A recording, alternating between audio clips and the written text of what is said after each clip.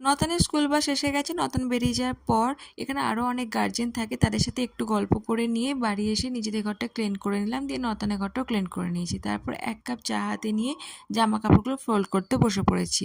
এদিকে সবজিগুলো আনা ছিল, যেগুলো আমার ধোয়া হয়নি। আমি সবজি না ধুয়ে ফ্রিজে স্টোর করি না, তাই সবজিগুলোকে ভালো করে একটু ধুয়ে নেব।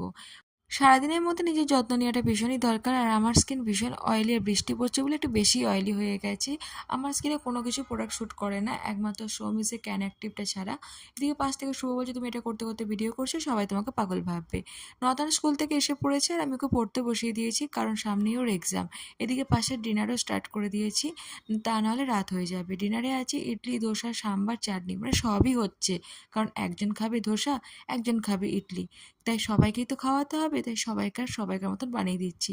ধোসা হচ্ছে শুভর জন্য, আর এদিকে পাশে ইডলি বসিয়ে দিয়েছিলাম, ইডলিও রেডি নতানের জন্য। নতান আবার ধোসা